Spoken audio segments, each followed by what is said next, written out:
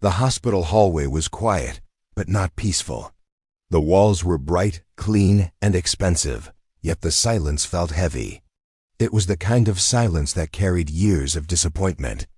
The woman sat alone on a long leather bench, her back straight, her hands folded tightly in her lap. People knew her face. Magazines knew her name. Business channels spoke about her success almost every week. But in this hallway, none of that mattered. Here, she was just a mother waiting for her daughter. Inside the room, a young girl sat in a special chair near the window. One side of her body did not respond the way it should. Her movements were slow, careful, and limited. A toy lay on the table in front of her, untouched. Therapists had tried everything. Doctors had spoken gently, but their words carried the same meaning every time. She may not improve much more than this. The mother had nodded every time, even when it felt like her heart was cracking. She checked her phone, pretending to read emails, but her eyes kept drifting back to the glass window. Her daughter stared outside, watching birds land and fly away. The girl made a small sound, almost like a sigh. That sound cut deeper than any bad news ever had. At the far end of the hallway, a man stood near the water machine. His jacket was worn at the elbows. His shoes were clean but clearly old. He checked the time, then looked down at the small backpack resting by his feet. Inside that backpack was a packed lunch, a few papers, and a drawing folded carefully in half.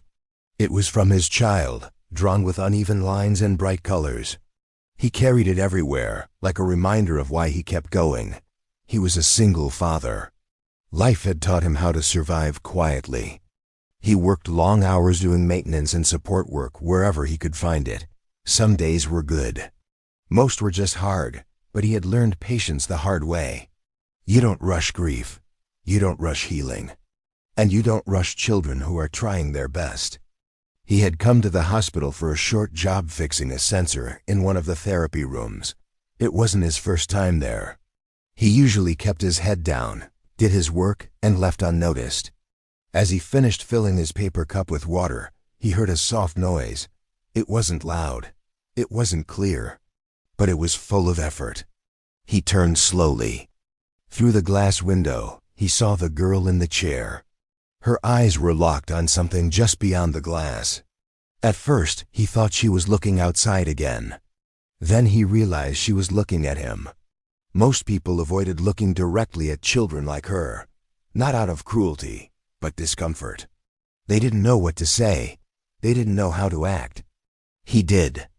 He didn't smile big. He didn't wave. He simply knelt down slightly so he was closer to her eye level and gave a small nod, like saying hello without words. The girl blinked. Her fingers twitched. Inside the hallway, the mother noticed movement through the glass. She lifted her head, ready to see another failed attempt, another moment that would hurt more than it helped. Instead, she froze. Her daughter's hand, her weak hand, was moving, slowly, carefully, like it was remembering something it had forgotten. The mother stood up so fast her phone slipped from her lap and hit the floor. She didn't notice. Her eyes were locked on her child. The girl's fingers curled slightly, then relaxed. It wasn't clean. It wasn't strong. But it was real. The man didn't move closer. He didn't speak. He stayed exactly where he was, calm and steady, like he knew the moment was fragile. A therapist rushed in after hearing the noise the mother made. The girl's hand dropped back onto the armrest, the moment gone as quickly as it came. But it had happened. The therapist smiled politely, offering explanations, saying it could be a reflex, nothing to get excited about. The mother nodded, but her heart was racing. She had seen enough to know that wasn't nothing. Later that day, as the hallway emptied, the man returned to finish his work. He carried a small tool case now, walking carefully so the sound wouldn't echo too loudly. As he passed the room again, he saw the girl watching the window, waiting. This time, he stopped. He crouched down, pulled a small folded paper from his pocket, and held it up not close, not pushing it toward her. It was a drawing, a simple house. A sun, Two stick figures holding hands. The girl stared. Her eyes widened slightly. The mother watched from the doorway, her breath caught in her chest. The girl lifted her hand again, slower this time. Her fingers trembled, but they moved toward the glass. The man stayed still. The girl's hand pressed gently against the window. Tears filled the mother's eyes before she could stop them. No doctor had ever made her daughter do that. No expensive machine had ever caused that response. This man, who didn't even know their names, had done it by simply being present. The therapist cleared their throat quietly, uncomfortable. The moment felt too personal, too human. The man noticed them then. He stood up immediately, stepping back. "I'm sorry," he said softly. "I didn't mean to interrupt." The mother wiped her face quickly, embarrassed by her tears, but unable to hide them completely. "It's fine," she said, her voice unsteady. She doesn't usually react like that." He nodded, not surprised, not proud, just understanding. "My kid was the same way," he said. "Sometimes they just need someone to slow down with them." The mother stared at him, searching his face. In that moment, she didn't see his worn jacket or his tired eyes. She saw something else, hope, and it scared her more than despair ever had. Because hope meant she could be hurt again. As the man walked away, the girl's eyes followed him until he disappeared around the corner. The mother stood there, heart pounding, knowing one thing for sure. This was not just a coincidence, and whatever had just started was far from over. The mother did not sleep much that night. She lay in a wide, expensive bed that had never felt so uncomfortable. Her mind replayed the image again and again, her daughter's fingers pressing against the glass, slow but certain. Doctors had warned her not to read too much into moments like that. But this felt different. It hadn't been forced. It hadn't been trained. It had come from somewhere deeper. Hope is dangerous when you've learned how to live without it. The next morning, she arrived at the therapy center earlier than usual. Her daughter was quieter than normal, her eyes drifting often toward the hallway. The mother noticed. She noticed everything now. When the man didn't appear right away, doubt crept in. Maybe it had really been nothing. Maybe she had imagined meaning where there was none. Then she saw him. He entered carrying the same worn backpack, greeting staff with a small nod. He didn't look toward the therapy room at first. He never assumed he was welcome. The girl saw him before anyone else did. A soft sound escaped her lips, not quite a word. Not quite a laugh, but it was recognition. The mother's chest tightened. This time she stepped into the hallway herself. "Excuse me," she said, stopping him gently. He turned, surprised. Up close, she could see the tired lines in his face, not from age but from responsibility. "Yes?" he asked. Yesterday," she began, then paused. She wasn't used to searching for words. "My daughter doesn't respond to many people, but she responded to you." He shifted uncomfortably. "I didn't do anything special. That's exactly why I'm asking," she said quietly. They stood there for a moment, two people from completely different worlds, both unsure of the rules. "I was wondering," she continued, "if you'd be willing to sit nearby during her session. Just sit, nothing more." He hesitated. "I don't want to get in the way." "You won't," she said. "And if she doesn't respond again, we won't ask you twice." He nodded slowly. "All right." Inside the therapy room, the girl noticed him immediately. Her eyes followed as he took a chair near the wall and sat down quietly, resting his hands on his knees. The therapist continued as usual, guiding the girl through exercises she had done hundreds of times before. Normally, the girl would drift away halfway through, her focus fading. Today, she stayed present. Her movements were still difficult, still uneven. But she tried longer. The man didn't speak. He didn't interrupt. Every so often, he made a small encouraging sound, not loud enough to distract, just enough to let her know someone was with her. The mother watched, her hands trembling slightly. After the session, the therapist reviewed the notes with professional calm, but even they seemed surprised. She was more engaged today, the therapist admitted. It may not mean long-term change, but it's interesting. The mother already knew. Over the next few days, the man returned, not because he was asked, but because he was scheduled to be there. Each time, the girl noticed him faster. Each time, she responded a little more. The mother began learning about him in small pieces. He worked multiple jobs. He raised his child alone. His patience came from long nights and quiet struggles. He never spoke badly about anyone. He never complained. One afternoon, she asked him directly, "Why are you so calm with her?" He thought for a moment. "When you've watched your own kids struggle," he said, "you learn that pushing only makes it worse. Sometimes they don't need fixing. They need understanding." That sentence stayed with her, but not everyone was comfortable. One staff member questioned his presence. Another asked if it was appropriate. The word boundaries was mentioned more than once. The mother felt torn. She had spent her life trusting systems. Systems had failed her daughter again and again. That evening, her daughter became restless when the man didn't arrive on time. She made small frustrated sounds, her body tense. When he finally appeared, late and apologetic, the girl relaxed almost immediately. The mother felt something break inside her. This was no coincidence. This was connection. Still, fear lingered. She worried about getting attached. She worried about what would happen if this stopped working. She worried about what it would cost her to believe. As she watched her daughter rest peacefully that night, she realized something painful and beautiful at the same time. For the first time in years, her tears weren't from grief. They were from gratitude. And she had no idea how deep this change was about to go. The progress didn't come smoothly. 2 days after the girl's best session, everything seemed to fall apart. She refused to focus. Her body stiffened during therapy. The same exercises that had shown promise suddenly felt impossible again. The room filled with quiet tension, the kind no one spoke about, but everyone felt. The mother tried not to panic. She told herself setbacks were normal. Doctors had warned her about this many times. But fear returned anyway.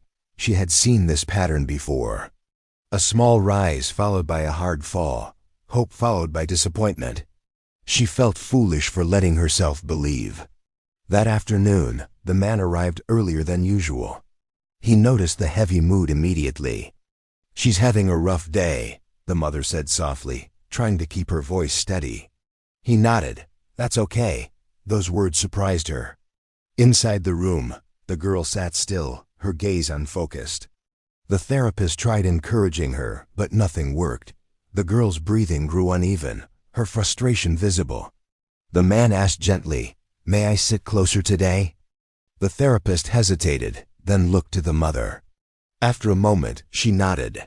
He moved his chair a little nearer, not invading her space, just close enough to be felt. He spoke quietly, not to the girl's body, but to her mind. "It's all right," he said. "Some days are heavy. You don't have to be strong today." The girl turned her head slightly. The mother felt her chest tighten. No one had ever spoken to her daughter like that before.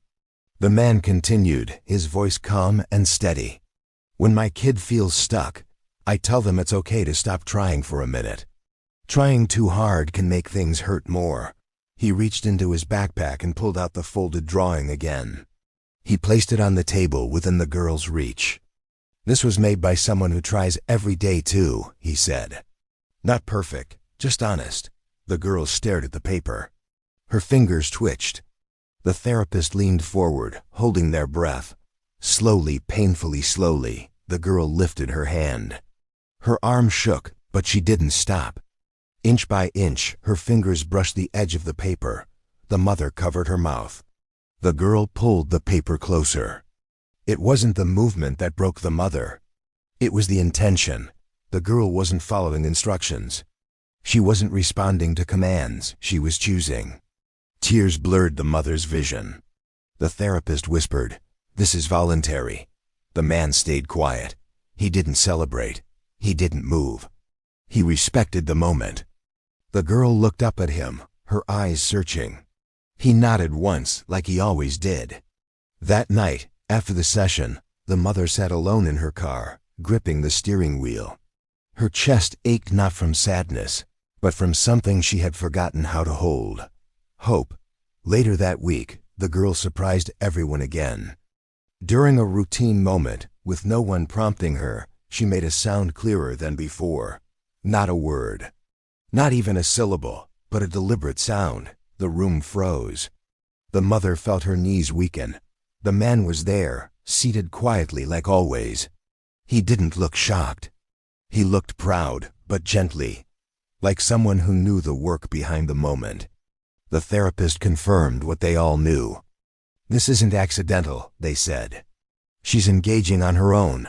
That evening, the mother finally allowed herself to cry openly. She found the man in the hallway and spoke before fear could stop her. "You're changing her life," she said, her voice breaking. "And I don't even understand how." He looked uncomfortable. "I'm not changing her," he said. "She's doing that herself. I'm just staying long enough for her to feel safe." Those words stayed with her. But the world around them wasn't ready to accept this quiet progress. Questions started coming. Procedures were reviewed. Concerns were raised. Someone asked why a non-professional was involved so closely. The mother felt pressure building again. That night, she received an email requesting a meeting. Subject line: Care Plan Review. Her stomach dropped. She looked at her daughter sleeping peacefully, the drawing folded gently in her hand. For the first time, she realized something terrifying. The system that had failed her daughter before might take this away too. And she didn't know if she was strong enough to fight it. The meeting was scheduled for the next morning. The mother barely heard the words when the administrator explained the purpose. Care Plan Review. It sounded polite, official, necessary, but she knew what it really meant. It meant questions. It meant limits. It meant control. She arrived early, holding a folder she didn't need, sitting across from people who had charts, credentials, and rules. They spoke carefully, choosing words that sounded supportive but felt distant. "We've noticed increased involvement from a non-staff individual," one of them said. "While the progress is encouraging, we must ensure proper boundaries." The mother listened, her jaw tight. Another voice added, "Emotional attachment can be risky. We don't want to cause confusion or dependence." Dependence. That word echoed in her mind. "She's not dependent," the mother said quietly. "She's responding." There was a pause. A therapist cleared their throat. "We're recommending reduced interaction. At least for now. Just to see if progress continues without outside influence." The room went silent. The mother's hands trembled under the table. Without outside influence, she wanted to scream. She wanted to tell them how many treatments had failed, how many promises had been broken, how many times she had sat exactly where they were sitting, listening to reasons instead of results. But she didn't. She nodded slowly. "I understand." The decision was already made. That afternoon, the man didn't enter the therapy room. He waited in the hallway instead. Inside, the girl sensed it immediately. Her eyes scanned the room, her body tense. The therapist tried to redirect her attention, but she resisted. Her breathing grew shallow. The progress they had celebrated just days before slipped away. The mother stood near the door, helpless. She hated herself in that moment, for agreeing, for being afraid, for letting procedure win over instinct. The man noticed the change too. "She's looking for you," he said gently. The mother swallowed hard. "They asked me to create distance."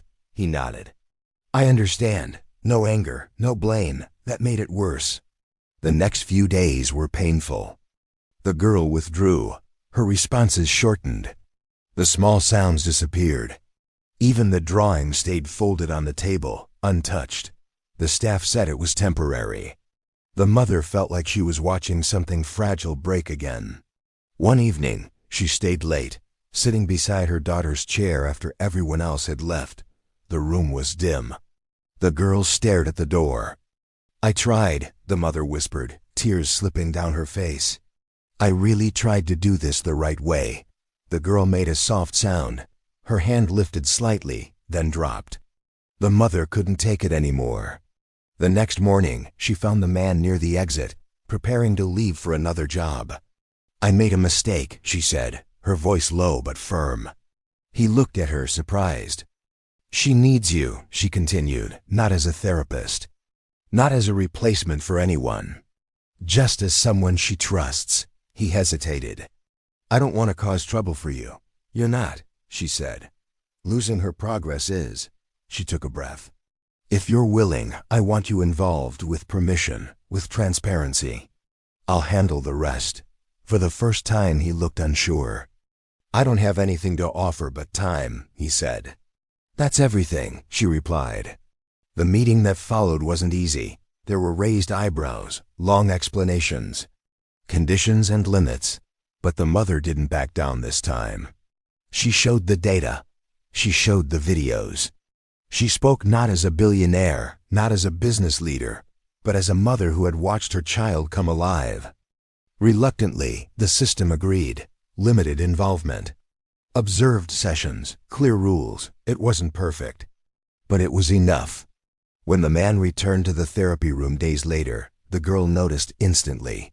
Her body relaxed, her eyes softened. She didn't move much, but she stayed present, and that was everything. As the mother watched, she realized something important. Fighting for her daughter didn't mean breaking the rules.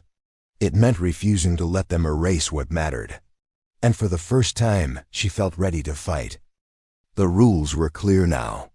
The man could be present during certain sessions. He could sit nearby, speak softly, and interact only when invited. Every moment was observed. Every response documented. It felt formal, controlled, but something about it worked. The girl's progress didn't rush forward, but it didn't disappear either. She stayed engaged. She tried more often. Her frustration lessened. The small sounds returned. One afternoon, after a session ended, the mother asked the man if he could stay for a moment. They sat across from each other in the quiet therapy room. The girl rested nearby, holding the folded drawing loosely in her hand. I need to understand something, the mother said. Not for the doctors, for me. He nodded. All right. Why do you do this? She asked gently. You don't get paid. You don't gain anything. Yet you show up every time. He was quiet for a long moment. Then he spoke. My child was born healthy, he began. Then an illness came. It didn't take everything, but it changed a lot. The mother listened, her heart tightening. There were therapies, appointments, long nights. People who meant well but didn't stay long enough to see what really helped. He glanced toward the girl. I learned that progress doesn't always come from fixing, he continued. Sometimes it comes from being steady, from letting them lead, even when it's slow. The mother's eyes filled with tears. You didn't ask for this, she said. You didn't have to bring that pain back into your life. He shrugged slightly. Some pain teaches you how to help others. Later that week, something unexpected happened. During a session, the girl became overwhelmed. Her breathing changed. Her hands trembled. The therapist paused, unsure whether to continue. The man didn't move closer. He spoke softly from where he sat. It's okay to stop, he said. You're safe. We're not going anywhere. The girl's eyes locked onto his. Slowly she calmed. The mother felt something break inside her, this time completely. That night, she cried openly. Not quietly, not in private. She cried like someone releasing years of fear. She realized something painful and humbling. All the money she had, all the power she commanded, none of it had taught her what this man already knew. The next day, she did something she had never done before. She thanked him, not with an offer, not with a favor, but with honesty. You gave my daughter something I couldn't, she said, her voice shaking. Peace, he shook his head. You gave her that. I just helped her feel it. As weeks passed, the girl's changes became more visible. She reached more often. She vocalized more clearly. Her therapist noted improvements, not dramatic, but meaningful. One evening, as the mother prepared to leave, her daughter surprised her again. The girl lifted her hand, slow, shaking. Then she pointed not at the drawing, at the man. A soft sound escaped her lips. Not a word, but unmistakably directed. The room went silent. The mother covered her mouth, tears spilling freely. The man froze, unsure whether to move. The therapist whispered, "That's intentional." The mother couldn't hold it anymore. She stepped forward, tears streaming, her voice breaking completely. "Thank you," she said. "I will never be able to repay what you've done." He looked at her, overwhelmed. "You don't need to," he replied quietly. "Just keep believing in her." That night, the mother realized the story wasn't about miracles. It was about presence. And the hardest truth of all, if she hadn't been willing to trust someone outside her world, her daughter might never have shown the world who she really was. The change did not happen all at once. It came quietly, in moments that most people would miss. The girl still had difficult days. Her body did not suddenly become strong. Her challenges did not disappear, but something inside her had shifted. She trusted the space around her now. She trusted the people in it. And that changed everything. The therapy room no longer felt tense. There was patience in the air. Time slowed down. Progress was measured not by charts alone, but by comfort, by effort, by choice. The mother noticed it most during the small moments. Her daughter reached for objects more often. She made sounds when she wanted attention. Her eyes searched faces, not walls. She was present in a way she had never been before. One afternoon, as sunlight spilled through the window, the girl surprised everyone again. She lifted her hand slowly, carefully, and placed it on her mother's arm. The room went silent. The mother froze, afraid to breathe. Her daughter held the contact for a few seconds. It wasn't perfect. It wasn't steady. But it was intentional. The mother broke. She turned away, pressing her face into her hands as tears fell freely. There was no stopping them. Years of fear, guilt, and helplessness poured out all at once. No one rushed her. The man stayed where he was, respectful and still. When she finally looked up, her eyes were red and swollen, her voice barely steady. "I've spent my whole life believing I could fix anything," she said quietly. "This taught me I was wrong." He listened without interrupting. "I thought money would protect her," she continued. "I thought access meant answers. But what she needed was someone who would sit with her and not give up." Her voice cracked completely. She looked at him then, and the tears came again, stronger this time. "Thank you," she whispered, "not just for helping her, but for reminding me how to be her mother." He swallowed hard, overwhelmed. "You were always her mother," he said. "You just needed support too." Later that week, the mother made a decision that surprised everyone. She didn't announce it publicly. She didn't turn it into a story for press. She quietly funded a small program, the Therapy Center one, focused on patience, presence, and emotional safety. No names were attached, no recognition requested. She asked only one thing, that families without money could access the same care her daughter had. The man continued his life much the same as before. He didn't stay in the spotlight. He didn't become part of their world permanently. But he didn't disappear either. He visited when he could. He stayed steady. He remained exactly who he had always been. One afternoon, as he prepared to leave, the girl watched him closely. He waved gently. She lifted her hand. Not shaking this time, and for the first time, she smiled. The mother stood nearby, tears streaming down her face, her hands pressed to her chest. She didn't try to stop them. She didn't want to. In that moment, she understood something she would carry forever. The greatest change in her daughter's life did not come from power or privilege. It came from kindness. And sometimes, the most valuable people are the ones who expect nothing in return.